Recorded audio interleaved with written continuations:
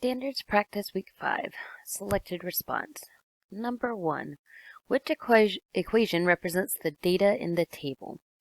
So we have the number of hours worked, which is H, and then the number of paint cans remaining, which is P. Like this is the same thing as when we do X and Y, but instead they're using H and P.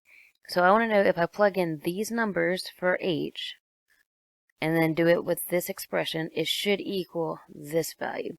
So I'm going to try and do 0, 12. So I'm going to plug in 0 for H and P for 12 and see if it works. So does 12 equal 12 times 0 minus 2? Well, this turns into 0 minus 2 does not equal 12, so that's not it. So this equation does not work. Okay, so 12 equals 2 times 0 minus 12. Well, 2 times 0 is 0. 0 minus 12 is negative 12, so that doesn't work. So 12 equals 12 minus 2 times 0. Well, 12 minus 2 times 0 is 0 here, and 12 minus 0 is 12. So this one works, so I need to make sure it works for another one. So I'm going to try and do the second one. So H is 10. So I'm going to put, H is 1, so I'm going to put 1 here. And then everything else is the same, and it should equal 10. Let's see, 12 minus 2 times 1. 2 times 1 is 10. 12 minus, 2 times 1 is 2. 12 minus 2 is 10. So this one works. So now I need to make sure, just checking, if it works for this third one, then more than likely it's going to work. So I'm using the next one. H is 2, so I'm going to plug in 2 for H. Now, I'm still working on this one right here. So I'm going to plug in 2 for H. And this is going to stay the same. And it should equal 8. We'll see. 12 minus 4, because 2 times 2 is 4. 12 minus 4 is 8, so this one works. And then you would just have to check this one. If I did that one by hand, let's see. 12 minus 2 times 3. 2 times 3 is 6. 12 minus 6 is 6, so this one does work. And then I could just choose any one of these coordinates and plug it in for this one to see if it works.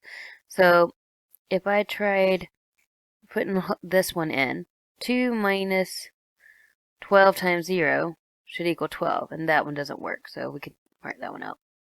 For number 2, which is an equation of the line in point slope form that has a slope of 9 and passes through negative 3, 6? Well, point slope form. Well, let's recall what that is. So that's y minus y1 equals m x minus x1. And the ones that change is the y1, the m, and the x1. And the x1, y1 is the coordinate. Okay, so let's see. It has to have a slope of 9. Well, slope is that one. So I need to look for which one has a 9 in outside the parentheses. So it's one of these, so I could automatically take out that one. And since this is my x1, and this is my y1, I need to plug these in for these values. So it should be y minus 6 equals, m is 9, parentheses, x minus a negative 3. Well, you're going to have to take care of this because you don't want minus a negative. So that's the same as plus a positive. So it would just be x plus 3. So let's look at number 3. Constructed response. Sage earned $6 per hour doing chores. Make a table and write an equation to show the relationship between the number of hours worked, H, and the wages earned, W. So H is here. Let's see. H is here, and W is here. So if she works 0 hours, she should get $0. She works 1 hour, and she's earning $6 per hour. And then she gets 6. If she works 2 hours, she should get 12. 3 hours, she'd get 18. And we discussed this before. If you see the word per, that means this is your slope, and this part's your variable. Because the word per is one of those key terms that you look for. Alright, so that was A. Let's make a table. And then It's going to mess up, but that's okay. It says, how many hours will Sage need to work to earn $30? So I can continue this, or I could just figure out what the equation is for this set. So I know that the slope is 6, so y equals 6x. And then my y-intercept, which is where the x is 0. So that means my y value is 0. So if I need to know how many hours will Sage need to work to get $30, so I want to know when is this part 30. So I want to know when it's 30, and I need to solve for x. So to get x by itself, you need to get rid of the 6. Inverse operation says you divide by 6. And that should tell you how many hours that Sage has to work in order to get $30. Okay, let's scroll down here. Number 4, extended response. A department store advertises a sale where customer chooses the discount. A customer may choose a flat rate discount of $20 off any purchase. So for this first one, ooh, that is way too thick. Let's try this again. Okay, so a flat discount of $20. So that would mean whatever the price is minus $20.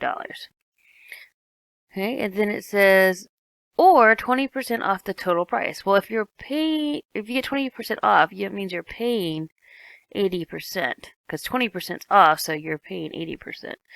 So that would be 0.8. You could put 0.80 times x. So here's our two different kind. The final purchase price of an item was $175. Okay. What are the possible prices of the item before each discount? So I want to know if I were to use the x minus 20, and my final answer was $175. And then I want to know if it was 0.8, where I paid 80% of it, because of a 20% discount. It's also $175. So then I would need to solve these two.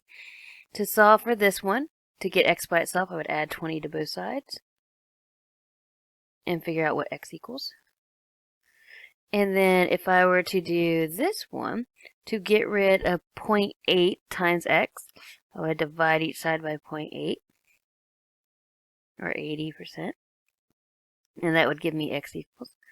So which discount represents a bigger savings in costs? So I want to know which one did I save more money. So I would need to know what the original price was here, and I would need to know what the original price here, and see which one is further away from $175.